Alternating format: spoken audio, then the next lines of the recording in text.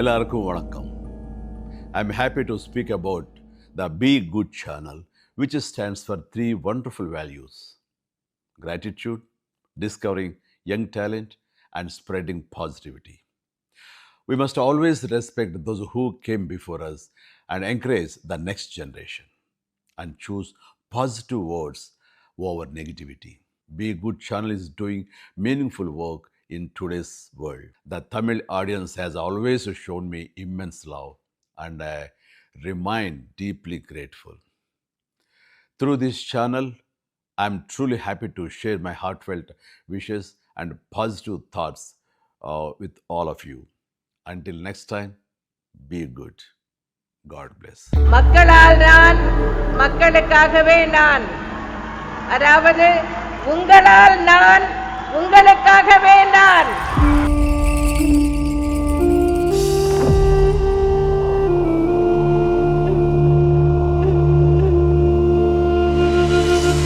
ஜெயலலிதா அம்மாவோட பழகிருக்கீங்க.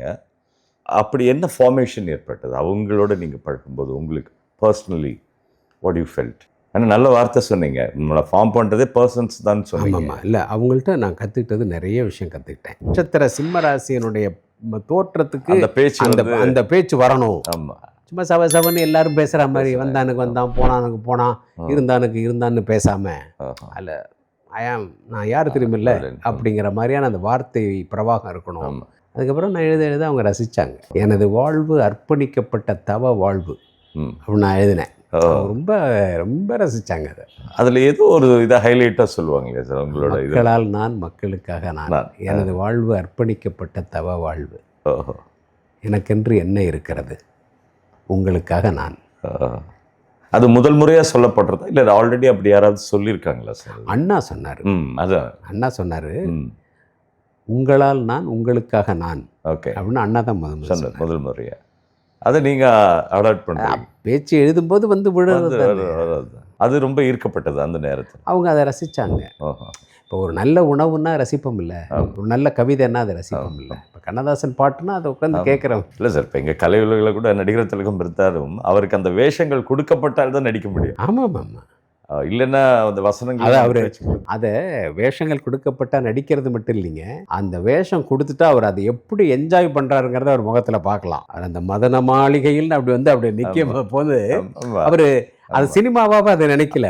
அதை ஒரு தியேட்டரிக்கல் பெர்ஃபார்மன்ஸாக தான் நினைச்சிட்டு அப்படி மதன மாளிகையில் நிற்கிற மாதிரியே நிற்பாரு. என்ன சார், அதில் நாடகத்தில் வறுமையில் இருப்பாங்க. ஆமாம்மா, கஷ்டப்பட்டு அப்போ இந்த பாட்டு மதன மாளிகையில். ஆமாம், ராஜபாட்டுறாங்க தவிர இந்த நடை போய் இந்த உடை போய் அப்படின்னு பேசும்போது அது மாதிரி you must have an opportunity சொல்லிட்டு. ஆமாம், அவங்களுக்கு அது கிடைச்சது, வாய்ப்பு கிடைச்சா இந்த மாதிரி ஒரு சான்ஸ் மட்டும் கிடைச்சா பின்னிடுவாண்டா அப்படிங்கிற மாதிரியான ஒரு நல்ல பால் வந்தால் தானேங்க ஒரு பேட்ஸ்மேன் தன்னை ப்ரூவ் பண்ண முடியும். ஸோ அதுதான் உங்களுக்கு போய் உங்களுக்கு என்னை பற்றி ஒரு இம்ப்ரெஷன் அவங்களுக்கு இருந்தது. இதெல்லாம் நான் எழுதும்போது அவங்கள்ட்ட ஒரு உண்மையான அன்புடையவன் அவங்க உணர்ந்தாங்க. எனக்கு அது போதும். She realized that I love her. Okay, that's enough for me. Okay, but அதற்கு மேலே அப்படி பேச்சு கேட்டிருந்தா உங்களுக்கு பேச கொடுத்துருக்கலாம், அப்படி தொடர்ந்து பண்ணியிருக்கலாம். But she offered you biggest post member of parliament அப்படின்னு கொடுத்தாங்க. அதற்கு என்ன காரணம்? என்னை ஒரு கம்பீரப்படுத்தணும், எனக்கு ஏதாவது பெருசாக ஏதாவது செய்யணும்னு அவங்க நினச்சாங்க. அது ஒரு இப்போ காசு தூக்கி கொடுக்கறதோ அந்த மாதிரி அது ஒரு எனக்கு ஒரு பெருசாக ஏதாவது ஒன்று செய்யணும். அந்த தருணத்தை சொல்ல முடியுமா சார்? எப்படி கூப்பிட்டாங்க? இல்லை, அது 2010 எனக்கு ஒரு நாள் ஃபோன் பண்ணாங்க. சார் காலைல 10 மணிக்கு வந்துருங்க, அம்மா வர சொன்னாங்கன்னு. நான் போனேன். அப்போ அவங்க சொன்னாங்க, மிஸ்டர் பெர்னார்ட், நான் ரொம்ப வருஷமாக உங்களை ராஜ்யசபாவுக்கு அனுப்பணும்னு ட்ரை பண்ணிகிட்டே இருக்கேன். ஏதாவது ஒன்று இப்படி சிக்கல் இப்படி வந்து அடுத்த வருஷம் நம்ம கவர்மெண்ட் தான், உங்களை நான் அனுப்புவேன், நீங்கள் அதை ஏற்றுக்கணும் ப்ளீஸ். ஒரு அன்பில் ஒரு உத்தரவு ப்ளீஸ் சொல்கிறாங்க. ப்ளீஸ். ஓகே, ஒரு ராஜ்யசபா சீட்டில் கூட்டணியே மாறுது. ஏன்னா அந்த கட்சியினுடைய பொதுச் செயலாளர் அழைச்சி சொல்கிறாங்க, I am telling this, I will send you to the parliament next year, you should accept it. Great. அப்போ எப்படி ஃபீல் பண்ணீங்க சார் அந்த தருணம் மனநிலை? ஏன்னா அங்கே ஆங்கராக இருந்து இப்படி இல்லைங்க, நான் அது அப்போ அது ஒரு எனக்கெல்லாம் அது ஒரு பெரிய பாக்கியம். எனக்கு என்னென்னா எவ்வளோ அதாவது அன்பாக இருப்பாங்க, கூப்பிடுவாங்க, உட்கார வச்சு பேசுவாங்க, இந்த மாதிரி சொல்கிறாங்க. நான் ஒரு வார்த்தை கூட சொல்லலை. அது என்னை ஷாக் பண்ணவும் இல்லை. அப்படின்னு நான் react you never expected never எக்ஸ்பெக்டடுங்கிறது ஒரு பக்கம். நீங்கள் அதுக்காகவே செய்யலையே. நீங்கள் அரண்மனையில் இருந்தீங்கன்னா ராஜா இந்த மாதிரி தானே உங்களுக்கு பரிசு கொடுக்க முடியும். யோசிச்சு பாருங்க, ராஜா எடுத்துக்கோ, ஆமா, இந்த தேசத்தை எழுதி அப்படிதான் சொல்ல முடியும். ராஜா என்ன சொல்லுவாரு, இட்லி சாப்பிட்டு போவானா சொல்லுவாரு. நீங்க அரண்மனை சேவகனா இருந்தா உங்களுக்கு இப்படி தானே கிடைக்கும். நீங்க ஒரு டாக்டரை பார்க்க போனீங்கன்னா ஒரு டாக்டர் தான் என்னவா இருமிக்கிட்டே இருக்க, இந்த சிறப்பு சாப்பிட்டு கொடுப்பாரு இல்லையா. இப்போ வாத்தியாராக இருந்தாக்கா அவர் என்ன சொல்லார், இப்போ அதை படித்தா இதெல்லாம் திருக்குறள்லாம் படிச்சிருக்கேன், இந்த புக்கு படிச்சு அப்படின்னு கொடுப்பாரு. ஒரு மகாராணி என்னங்க கொடுக்க முடியும், அதான் கொடுக்க முடியும். இல்லை, எத்தனையோ பேர் இருக்கும்போது இந்த கெஸ்டரில் கொடுக்கறது ஒரு அதனால தான் அதோடு எனக்கு அந்த பதவி மேலே ஆசை போச்சு. எனக்கு ஆசைப்பட்டதில்லை. அதுக்கப்புறம் எனக்கு அது மேலே நாட்டமே, வேறு யார் எதை கொடுத்தாலும் அது சின்னதாக போயிடும்னு நான் நினைக்கிறேன். ஆனஸ்ட்டாக சொல்கிறேன். அப்படிங்க. அவங்கள்ட்ட அதை பெற்றதுக்கு அப்புறம் நான் என்னங்க, நீங்கள் ஒரு மணிமகுடத்தை உங்களுக்கு கொடுத்துட்டாங்க, இதெல்லாம் ஒருத்தர் உணரணுங்க. நான் என்ன சொல்கிறேங்கிறத அது உணர்ந்தால் தான் தெரியும். இல்லை, இப்போவே தெரியுது சார். இப்போ அவங்க இல்லை இருந்தாலும் நீங்கள் இந்த வே யூ ஆர் டாக்கிங், ஆமாம், as if she is thereன்ற மாதிரி தான் நீங்கள் பேசுகிறீங்க. நான் என்ன ஏன் ஓட்டு கேட்க போகிறேன்னா, மந்திரிக்கு எம்எல்ஏக்கு நிற்க போகிறேன்னா, கொடுத்தா கூட ஐயா நன்றி வணக்கம் வேண்டான்னு தான் சொல்லுவேன் நான். என்ன பட் அதுக்கப்புறம் உங்களை கேட்காம இருப்பாங்களா? வந்திருப்பாங்களே, கேட்டிருப்பாங்களே, உங்களை அணுகியிருப்பாங்களே? இல்லை, அம்மா அடுத்தாப்புல எனக்கு மறுபடியும் தரணும்னு நினச்சாங்கங்கிறது எனக்கு தெரியும். பட் சந்தர்ப்பம் சூழ்நிலை 2016 வேறு ஒன்று நடந்தது. ஓகே. அதனால் அதுக்கப்புறம் அம்மாவே இல்லை. நீங்கள் லா ஆஃப் டிமினிஷிங் ரிட்டர்ன்ஸ் அப்படின்னு பொருளாதாரத்தில் ஒரு பெரிய தத்துவம் இருக்குது. ஒரு பசியாக இருக்கீங்க, ஓகே, சாப்பிட போகிறீங்க, நீங்கள் அந்த இட்லி சாப்பிட்றீங்கல்ல, அதனுடைய சுவை உங்களுக்கு 4வது இட்லியில் வராது. ஓகே. உங்களுக்கு தான் இந்த ஒரு இட்லி போய் எல்லாத்தையும் சரி பண்ணிடுது. அந்த 4வது இட்லி வச்சதுனால சாப்பிட்றீங்க. நீங்கள் நம்மெல்லாம் சின்ன பிள்ளையா இருந்தப்ப தீபாவளிக்கு உங்களுக்கு, கிறிஸ்மஸுக்கு எனக்கு, வீட்டில் துணி எடுக்க போகிறாங்கன்னா ஒரே குதூகலமாக இருக்கும். அந்த முதல்ல எடுத்துகிட்டு வந்துடுவாங்க. அந்த பண்டிகை வர்ற வரலையும் அதை பார்த்துக்கிட்டே இருப்போம் இல்லையா. இப்போ நினச்சோம்னா அமேசானில் ஆர்டர் பண்ணால் வீட்டுக்கு வருது. அந்த law of diminishing returns. Sir, அந்த ஆஃபரை நீங்கள் எப்படி யூஸ் பண்ணிக்கிட்டீங்க சார் பார்லிமெண்ட்? எனக்கு அது பெரிய அந்த ஒரு 5 years இல்லை, எனக்கு அது ஒரு பெரிய பாடம், பெரிய படிப்பினை, நிறைய தெரிஞ்சுக்கிட்டேன். ஏன்னா எங்கேருந்து அங்கே போயிருக்கீங்க. ஒரு மேடம் என்ன ஒரே நேரத்தில் பல கமிட்டியில் மெம்பர் ஆக்குனாங்க. அங்கே ஏற்பட்ட அனுபவம் என்ன சார்? மெம்பர் ஆஃப் நாடாளுமன்றத்தில் நான் நுழைஞ்சப்போ மன்மோகன் சிங் அவர்கள் தான் பிரதமர். நான் ராஜ்யசபாவில் இருந்தேன். அப்போ சென்ட்ரல் ஹால்னு ஒன்று இருக்கும். ஓகே. பழைய பார்லிமெண்ட் பில்டிங்கில் சென்ட்ரல் ஹால்னு ஒன்று இருக்கும். ராஜ்யசபாவுக்கும் லோக்சபாவுக்கும் நடுவில் பார்த்தீங்கன்னா டிவிலெல்லாம் பார்த்துருப்பீங்க, ஃபேன் எல்லாம் குச்சி அது மேலே சுற்றி. ஆமாம், அதுதான் சென்ட்ரல் ஹால். அரசியலமைப்பு சட்டம்லாம் உருவானது அங்கே தான். ஒபாமாலாம் பேசினது அங்கே தான். நாடாளுமன்ற கூட்டம் 2 அவைகளுடைய கூட்டம் அங்கே தான். பெரும்பாலும் எல்லாம் உட்காந்து டீ சாப்பிட்ற இடம். மெம்பர்ஸ் அங்கே எல்லாமே ஒன்று தான். பிரைம் மினிஸ்டர், யாராக இருந்தால் மெம்பர் எல்லாம் ஒன்று தான். ஓகே. முன்னாள் மெம்பர் எல்லாருமே ஒன்று தான். அங்கே நிறைய பேர், சோனியா காந்தி அம்மா, ராகுல் காந்தி, பிரதமர் மோடி, எல்லாரையும் சந்திக்கிறது. இதெல்லாம் நீங்கள் ஒரு டீ வாங்கிட்டு இருந்தீங்கன்னா பக்கத்தில் நின்று மோடியும் வாங்கிட்டு இருப்பாரு. எப்படி இருக்கும் தம்பி, எனக்கு பாய் பாய் ஏக் கிரீன் டீ அப்படின்னு சொன்னால் பக்கத்தில் ஒருத்தர் பையா அப்படி பார்த்தா மன்மோகன் சிங்கா இருக்கும் அல்லது நரேந்திர மோடியாக இருக்கும். அதனால் அது ஒரு அனுபவம் தான். ஐநா சபையில் பேச அனுப்பினேன். ஐநாவினுடைய முதியோருக்கான ஒரு மாநாடு. முதியவர்கள் அதிகமாகிட்டு இருக்கறனால அவர்களுக்கு ஏற்ப எப்படி ஸ்ட்ரக்சர் மாறுறது அப்படிங்கிறது ஒரு ஐநா மாநாடு நடந்தது. அதுக்கு என்ன அனுப்புனாங்க. நேட்டோவில் போய் பேசுகிறதுக்கு என்ன அனுப்புனாங்க. பல்வேறு committees, okay, external affairs committee, industries committee, education, agriculture, இந்த மாதிரி பல கமிட்டிஸில் என்ன மெம்பரை போட்டாங்க. ஓகே. அதிலெல்லாம் நிறைய தெரிஞ்சுக்கலாம். நான் பார்லிமெண்ட்டுக்கு போனதுக்கு அப்புறம் தான் இந்த அமைப்பு எப்படி செயல்படுது, அதிகாரம் எப்படி செயல்படுது அப்படிங்கிறத நான் தெரிஞ்சுக்கிட்டேன். பல சந்தர்ப்பங்களில் நாடாளுமன்றத்தில் பேசியிருக்கேன். நாடாளுமன்றத்தில் மாநில கட்சியிலேருந்து போகிறவங்களுக்கு பெருசாக ஒன்றும் வாய்ப்பு இருக்காது. ஏன்னா ஒரு பட்ஜெட்டை பற்றி பேசுறது அப்படின்னா டைம் ஒதுக்குவாங்க. பட்ஜெட்டை பற்றி ராஜ்யசபாவில் 8 மணி நேரம் டிஸ்கஷன் அப்படின்னு ஒதுக்குனாங்கன்னா ஆளுங்கட்சிக்கு இவ்வளோ மணி நேரம், எதிர்கட்சிக்கு இவ்வளோ மணி நேரம். எதிர்கட்சியில் எத்தனை உறுப்பினர்களுக்கு ஏற்ற மாதிரி அது குறைஞ்சிட்டு இருக்கும். இப்போ காங்கிரஸில் நிறைய உறுப்பினர்கள் இருந்தாங்கன்னா அந்த எதிர்கட்சிக்கு ஒதுக்கின 3.5 மணி நேரத்தில் 1.5 மணி நேரம் காங்கிரஸுக்கு. அப்புறம் 8 உறுப்பினர் கொண்டது, 10 உறுப்பினர் கொண்டது, 7 உறுப்பினர் கொண்டது. நான் போன புதுசில் ஏடிஎம்கேக்கு 4 உறுப்பினர்கள் தான். 4 உறுப்பினர் 3 நிமிஷம் கிடைக்கும். அப்படி தான் கிடைக்கும். அந்த முதல் கன்னி பேச்சு மட்டும்தான் ஒரு 20 நிமிஷம் பேசலாம். ஏன்னா முத பேசுகிறாரு, நிறைய பேசணும்னு விரும்புவார், பல பேருக்கு நன்றி தெரிவிக்கணும்னு விரும்புவார். நீங்கள் எவ்வளோ நேரம் பேசுறீங்க? அது ஃபஸ்ட்டு ஸ்பீச்சில் மட்டும் 22 நிமிஷம் பேசினேன். அது கூட விவசாயிகளை பற்றி தான் பேசினேன். அது யூடியூப்பில் இல்லை, மற்றதெல்லாம் யூடியூப்பில் ஸ்பீச்சஸில். அம்மா அதுக்கு எதுவும் கமெண்ட்ஸ் கொடுத்துருக்காங்களா? பேச்சு நீங்கள் கேட்டதுக்கப்புறம் ஏதாவது இம்ப்ரூவைஸ் பண்ணுங்கன்னு இருக்காங்களா, இல்லை நல்லா இருக்குன்னு இருக்காங்களா? இது வரைக்கும் இல்லை. அவங்க தான் எனக்கு தெரியுமே நான் பேசுவேன். எப்படி டிவியில் தான் 35 வருஷம் பேசிகிட்டு இருக்கேன். அது உள்ள ஒரு லெக்சரர் வேறு, ப்ரொஃபஸர் வேறு, காலேஜ் ப்ரொஃபஸர், அதுக்கு முன்னாடி தினமணியில் ரிப்போர்ட்டர், அதுக்கு முன்னாடி ரேடியோவில் 12 வருஷம். சார், இப்படி இருக்கும்போது உங்களுக்கு நீங்கள் எந்த லாஸ்ட்டு எப்போ மீட் பண்ணீங்க ஞாபகம் இருக்கா அம்மாவை? கடைசியாக பார்த்தது வந்து 2016 எலெக்ஷன் ரிசல்ட் வந்த அன்னைக்கு. எல்லோரும் ஒரு ஐஏஎஸ் ஆஃபீஸர்ஸு, நான் அதுவும் யூடியூப்பில் இருக்குது, ரிசல்ட்டுக்கு நன்றி தெரிவித்து மக்கள்கிட்ட பேசினா அம்மா ஒரு அறிக்கை விடணும்ல. ஆமாம், அதை எழுதுறதுக்கு போனேன். அப்போ சரி எல்லோரும் அம்மாவை பார்த்து வாழ்த்து சொல்கிறோம், நம்மளும் ஒரு வாழ்த்து சொல்லிடுவோம்னு போனேன். வாங்க இப்படி தான் உட்காந்து தான் பார்த்தாங்க எல்லாரையும். அப்போ ரொம்ப நலிவடைஞ்சிட்டாங்க. Okay, become very sick. அந்த நேரம் வாங்க மிஸ்டர், எனக்கே ரொம்ப கண்ணெல்லாம் தண்ணி வந்துருச்சு. அப்படி கம்பீரமாக பார்த்து நீங்கள் அப்போ என்ன ஃபீல் பண்ணீங்க? அப்படி ரொம்ப வருத்தமாக இருந்தது, ரொம்ப மனசு ரொம்ப கஷ்டமாக இருந்தது. அதுதான் லாஸ்ட் நீங்கள் அவங்க என்னோட பேசுனது லாஸ்ட்டு பார்த்ததுங்கிறது. அதுக்கு அடுத்த நாள் அல்லது அதுக்கு அடுத்த நாள் புரட்சித் தலைவர் எம்ஜிஆர் சிலைக்கு ஸ்பென்சருக்கு எதிர்க்க மாலை போட வந்தப்போ அவங்க காரில் இருந்தாங்க, நான் கீழே நின்றுட்டு இருந்தேன். என்னை பார்த்து அப்படின்னு ரொம்ப கஷ்டப்பட்டு வணக்கம் சொன்னாங்க. அதான் நான் கடைசியாக அவங்க முகத்தை பார்த்தது அதுதான். இப்போது நீங்கள் அந்த கேரியரில் கூட இருந்ததுனால சில விஷயங்கள் இதை அவங்க செஞ்சுருக்கலாமே, செய்ய தவறிட்டாங்களேன்னு அப்படி ஏதாவது நீங்கள் முதல்ல அப்படி நினைப்பேன். அவங்க அதை பண்ணியிருக்கலாமே, இதை பண்ணியிருக்கலாமே, உடம்பை பார்த்துருக்கலாமே. அவங்க உடம்பை பார்த்துருக்கலாமேங்கிறது தான் என்னோட முதல் நினைப்பு. காலத்தின் ஓட்டத்தை யார் நிறுத்த முடியும்? காற்றுக்கு என்ன வேலி, கடலுக்கு என்ன மூடி? So nature is very figure thing.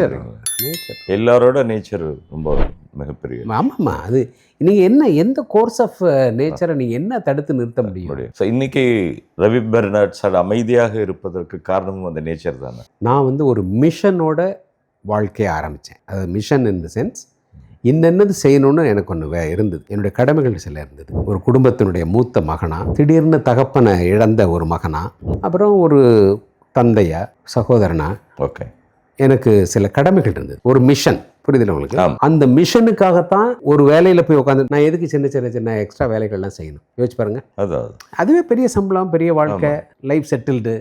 Loyola கல்லூரி விட ஒரு கல்லூரியா? விஷுவல் கம்யூனிகேஷனை விட ஒரு படிப்பா? அதனுடைய முதல் பேராசிரியருங்கிறத விட ஒரு பெருமையா? நீங்கள் தான் முதல் பேர். ஆமாம், நான் தான் முதல் பேராசிரியர். அதை விட ஒரு பெருமையா? நான் அதை விட வந்துட்டு நான் அப்படின்னு சொல்லலாம்ல. ஆனால் எனக்கு வந்து ஒரு mission. I was a man in a hurry. சில கடமைகள்லாம் நான் டக்குன்னு செய்ய வேண்டியது. அதனால தான் நான் அந்த வேலைகளுக்கெல்லாம் போனேன். புகழுக்காக இல்லை. நான் புகழை தேடி போயிருந்தேன்னு வச்சுங்களேன், அல்லது பணத்தை தேடி போயிருந்தேன்னு வச்சுங்களேன், இன்னமும் ஓடிட்டு இருப்பேன். என் மிஷன் கம்ப்ளீட்டட் வெரி சக்ஸஸ்ஃபுல்லி. இப்போ நீங்கள் வெல் செட்டில்டுன்னு ஃபீல் பண்ணுறீங்க? Well settled in the sense, என்னுடைய மூத்த மகள் ஐநா சபையில் உயர் அதிகாரி. அவங்க பேர் மேட்லின் நிறைமதி. பௌர்ணமி அன்னைக்கு பிறந்தாங்க, அதனால் நிறைமதினு பேர் வச்சாங்க. ஆமாம். என்னுடைய இரண்டாவது மகள் வந்து அமெரிக்காவில் பிஹெச்டி பண்ணாங்க. ரினியூவபிள் எனர்ஜி, புதுப்பிக்கக்கூடிய எரிசக்தி பற்றி பிஹெச்டி பண்ணாங்க. இப்போ நெட்டில் பார்த்தீங்கன்னா தெரியும், டாக்டர் ஆனி பெர்னார்ட்னு போட்டிங்கன்னா அவங்களுடைய ரிசர்ச்சஸ் எல்லாம் வரும். என்னோட மூன்றாவது மகள் இங்கிலாண்டில் பெரிய டாக்டர், சின்ன பொண்ணு தான், ஆனால் அதுக்கு ரொம்ப நல்ல பேர். அங்கே கைனகாலஜிலலாம் சில டெலிவரிலாம் ரொம்ப துணிச்சலாக முடிவெடுத்து அந்த டெலிவரிலாம் பண்ணுறாங்க அப்படின்னு அவங்க பெரிய சர்டிஃபிகேட்டே அதுக்குள்ள வாங்கிட்டாங்க. அப்புறம் தம்பி தங்கச்சிங்கள் எல்லாரும் well settled. I don't say that நாங்கள்லாம் இப்போ மிகப்பெரிய மில்லியனர்ஸு, கோடி, அது இல்லை. உங்களுக்கு என்ன வேணும்னு நினைக்கிறீங்களோ நீங்கள் அடைஞ்சிடுறீங்க, புரியுதுங்களா? நீங்கள் 2 அடி விட்டமுள்ள ஒரு கிணத்தை தாண்டணும்னா எதுக்கு 8 அடி போய் தாண்டி குதிக்கணும்? My mission I accomplished successfully enough. Okay. ஏன்னா இந்த மாப்பசான் ஸ்டோரி ஒன்று இருக்கும். சூரியன் மறையறதுக்குள்ளார நீ எவ்வளோ தூரம் ஓடிட்டு வர்றியோ அவ்வளோ நிலம் ஒன்று, அவன் ஓடி பாதியிலோடு செத்துப்பிடும். இது மாதிரி நாங்கள் அதை இப்போ கூட சைரா நரசிம்மா படத்தில் சிரஞ்சீவி சாருக்கு யூஸ் பண்ணியிருந்தோம். ஆமாம், நீங்கள் சொல்கிற சீட். ஆமாம், அது மாதிரி. ஓகே. இப்போ எப்படி பார்க்குறீங்க சார்? இப்போ now we are looking at it. ஏதாவது புதுசாக ஏதாவது செய்யணும்னு நினைக்கிறேன். இல்லை, இப்போ புதுசாக ஒன்று கேட்டோமே, நீங்கள் வந்து திரைப்படத்துறையை நோக்கி போயிட்டு இருக்கிறது, அது என்னது? எனக்கு ஒரு கதை ஒன்று தோணுச்சு. நான் சின்ன பிள்ளையில் ட்ராமாலாம் எழுதுவேன் ஓகே காலேஜ் டேஸில். ஓகே இல்லை ஒரு கதை ஒன்று தோணுச்சு. சமீபத்தில் யூரோப்புக்கு போய் என் பொண்ணோட தங்கியிருந்தேன். ஓகே அப்போ நான் ஒரு சூழலை யோசித்து பார்த்தேன். ஓகே இது இப்படி இருந்தால் எப்படி இருக்கும் அப்படின்னு. அதை ஒரு கதையாக்குனேன். ஓஹோ அது ஒரு அழகாக வரும்னு எனக்கு ஒரு எண்ணம். கண்டிப்பாக சார், கண்டிப்பாக உங்களோட இன்னொரு முகமும் அதில். ஆமாம். இன்னும் சில கதைகள்லாம் கூட என் மனசில் இருக்குது. சினிமாங்கிறது ஒரு எக்ஸ்பீரியன்ஸாக இருக்கணுங்க. கண்டிப்பாக ரியலிஸ்டிக்காக இருக்கிற மாதிரி நீங்கள் கேண்டிட் கேமரா வச்ச மாதிரி தெருவில் இருக்கிறது படம் பிடிச்சி திரையில் காட்டுறதுல என்னங்க இருக்கு? அது டாக்குமெண்ட்ரியாக இருந்தது. டாக்குமெண்ட்ரி மட்டும் இல்லை, அழுகையில் இருக்காது. நீங்கள் ஒரு நமக்குள்ள ஒரு குழந்தை இருக்குது. அந்த குழந்தை கதை கேட்க விரும்புது, ஃபேண்டசிக்குள்ளார போக விரும்புது. இப்படி இருந்தால் எப்படி இருக்கும்னு விரும்புது. அதை வாய்ப்பாக பயன்படுத்திக்கிட்டு அந்த குழந்தைக்கு சில நல்ல கருத்துக்களை சொல்லணும். இந்த கதை கேட்குற குழந்தைய அதனுடைய அந்த கதை கேட்குற ஆர்வத்தை மையமாக வச்சு சில கருத்துக்களை அதுக்கு சொல்லணும் அப்படின்னு நான் விரும்புகிறேன். அதுக்காக இன்னும் சில கதைகளோட மனசில் வச்சுருக்கேன். வந்துக்கிட்டு இருக்கும்போது என்னுடைய கேமராமேன் அவர் ரமேஷ்ன்றவர் சொன்னார், அதாவது பொதுவாக ஜென்ரலாக வந்து நடிகர்கள்கிட்ட தான் ஆட்டோகிராஃப் வாங்கலாம் வருவாங்க. ஆனால் ஒரு காலத்தில் ரவி பர்னாட் சார் இருந்தப்போ அவர்கிட்ட ஆட்டோகிராஃப் வாங்குறதுக்காக வெளியூரில் இருந்தெல்லாம் வருவாங்க. அந்த தருணங்கள்லாம் ஞாபகம் இருக்கு. அதில் எனக்கு நான் பெருசாக மகிழ்ந்தது இல்லை. அது நீங்கள் மகிழ்ந்தாலும் அதனுடைய அது ஒரு பெரிய விஷயங்கள் இல்லையா? அது இருக்கும். ஆர்டிஸ்ட் பொதுவாக அப்படி தான் இருந்தது அந்த காலகட்டம். அதை தாண்டி தனிப்பட்ட ஒரு நெறியாளர்கிட்ட, தனிப்பட்ட ஒரு ஆங்கர்கிட்ட, தனிப்பட்ட ஒரு man who created certain things வந்து வாங்குறதுன்றது அது அவ்வளோலாம் பண்ண பிறகு இப்போது இந்த அமைதியாக இருக்க உங்களால் முடியுதா? நான் நிறைய படிக்கிறேன், நிறைய ட்ராவல் பண்ணுறேன். ஓகே. என்னோட நான் தூக்கி வளர்த்த என் பிள்ளைகள்லாம் இப்படி இருக்கிறத பார்த்துட்டு அவங்களோட போய் பார்த்துட்டு, பொம்பளை பிள்ளைகளாச்சா ஒரே இப்போ ஃபாதர். ஆமாம். அதனால் நான் வந்து ஐநா சபைக்கு போயிருந்தேன். என் பொண்ணு வந்து இப்போ இன்றைக்கி வாங்க ஆஃபீஸ் பார்க்கலாம் அப்படின்னு கூட்டிகிட்டு போயிருந்துச்சு. அங்கே வந்து குவாத்தமாலா நாட்டிலேருந்து வெர்ஜீனியான்னு இன்னொரு பொண்ணு, என் பொண்ணோட வேலை செய்கிற ஒரு அம்மா. அந்த பொண்ணு இப்போ ட்ரான்ஸ்ஃபரில் தாய்லாண்டில் மிஷன் இன்சார்ஜ்னு நினைக்கிறேன். ஓகே. வர்ஜீனியான்னு குவாத்தமாலா நாட்டை சேர்ந்த பொண்ணு. ஐநா சபைக்கு நான் போயிருந்தப்போ அந்த பொண்ணுடைய அப்பாவும் பாட்டியும் வந்தாங்க. அந்த தாயில்லா பொண்ணு. அவங்க அப்பாவுக்கு இங்கிலீஷ் அவ்வளோவா தெரியாது, பட் ஸ்பானிஷ் தான் பேசுவார். ஓகே. அவருக்கு தெரிஞ்ச இங்கிலீஷில் எங்கிட்ட சொல்கிறாரு அந்த குவாத்தமாலா நாட்டுக்காரரு, அவர் டாட்டர்ஸ் மேக் அஸ் ப்ரவுட். பல தடவை மனசில் அந்த இங்கிலீஷை காயின் பண்ணியிருப்பார் போல் இருக்கு, என்கிட்ட சொல்லணும் அப்படின்னு. அவர் மகளை பற்றி பார்த்துட்டு எல்லாம் சுற்றி ஐநா சபையெல்லாம் பார்த்துட்டு அவர் என்கிட்ட சொல்கிறார், காஃபி சாப்பிடும்போது அவர் சொல்கிறார், அவர் டாட்டர்ஸ் மேக் அஸ் ப்ரவுட், தி மேக் அஸ் ப்ரவுட் அப்படின்னாரு. அதுதான் ஒரு ஃபாதருக்கு என்னங்க இது? கரெக்ட். இதுக்கு மேலே என்னங்க? லாட்ரியில் மில்லியனாகிறவங்கலாம் இருக்கலாம். அதனால் என்ன, இது நிறைவு வேறு. அப்போ தான் நினச்சேன், எங்கள் வீட்டில் வந்து சொல்லிட்டு இருந்தேன், அது இந்தியன் சென்டிமெண்ட் மட்டும் இல்லை, தம்மின் தம் மக்கள் அறிவுடைமை மாநிலத்து மண்ணுயிர்க்கெல்லாம் இனிதுங்கிறது இந்தியன் சென்டிமெண்ட் இல்லை. குவாத்தமாலா நாட்டில் இருந்து ஒரு ஸ்பானிஷ் பேசுகிற ஒரு மனிதன் முதல் அது என்கிட்ட அவர் பேசின ஒரே வார்த்தை தான், ஒரே சென்டென்ஸ் அதுதான்.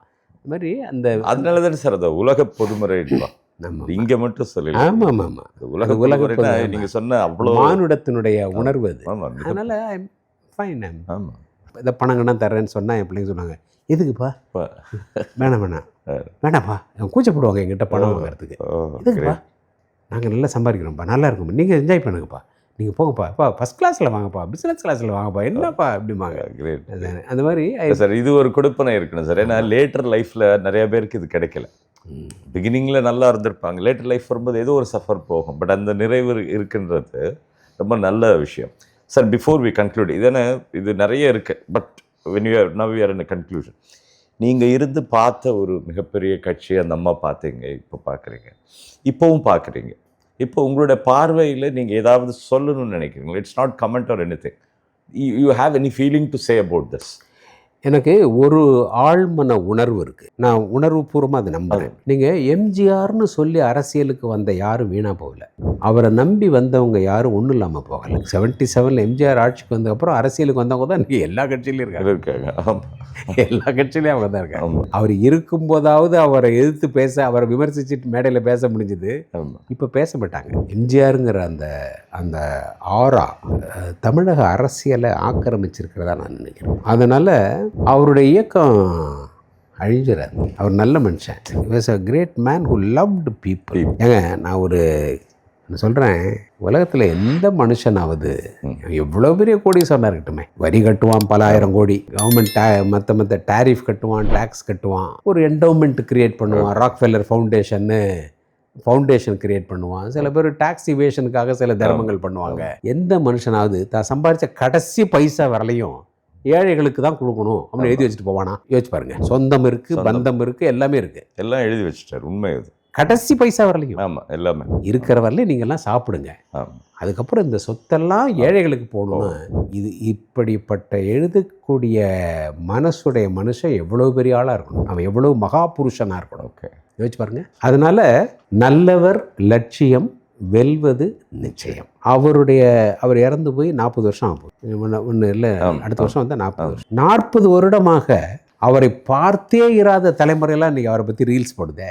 அதனால் அஇஅதிமுக ஏதேனும் ஒரு வகையில் மீண்டும் மீண்டும் அவரே பாடுவார், வாழை போல வெட்ட வெட்ட முளைத்து சங்கு போல சுட சுட வெளுத்து வளரும் கூட்டமடா அப்படின்னு அவர் பாடுவார். நான் செத்து பொழைச்சவன்டா, எமனை பார்த்து சிரிச்சவன்டாங்கிற பாட்டில். அந்த மாதிரி இந்த இயக்கம் வெல்லும், இது மக்கள் மத்தியில் நிற்கும், நிலைக்கும். அவர் மாதிரியான ஒரு மகத்தான ஒரு மனுஷனுடைய முயற்சி தோற்காது. நல்ல வார்த்தை சார், அற்புதமான வார்த்தை. எனக்கு இன்றைக்கி ஒரு நல்ல அக்கேஷன். ஏன்னா எத்தனையோ பெரிய பிரமுகர்களை, இந்தியாவில் இருக்கக்கூடிய முக்கியமானவர்களை நீங்கள் பேட்டி எடுத்திருக்கீங்க. இன்றைக்கி நான் வந்து உங்ககிட்ட பேட்டி எடுக்கிறது எனக்கு வந்து இயற்கை கொடுத்த ஒரு இறைவனுக்கு நான் நன்றி தெரிவிச்சுக்கிறேன். ஸோ உங்களை சந்தித்து நீங்கள் இவ்வளோ விஷயங்கள் கொடுத்துறீங்க. இதில் டேக்அவே மெசேஜஸ் கூட நிறையா இருக்குது, இளைஞர்களுக்கும் நிறையா இருக்குது. இது தொடரும் சார். இந்த பேட்டி எப்போ இது நான் நிறைவு செய்யலை, இப்போ பிடிக்கிறோம். ஃப்யூச்சரில் இன்னும் பல விஷயங்கள் உங்ககிட்ட இருந்து வரணும் அப்படிங்கிறது என்னுடைய மனசார கோரிக்கை சார். நீங்கள் வந்து இந்த பி குட் சேனலுக்கு இவ்வளோ நேரம் ஸ்பெண்ட் பண்ணதுக்கு என்னுடைய நன்றி. நன்றி, வணக்கம்.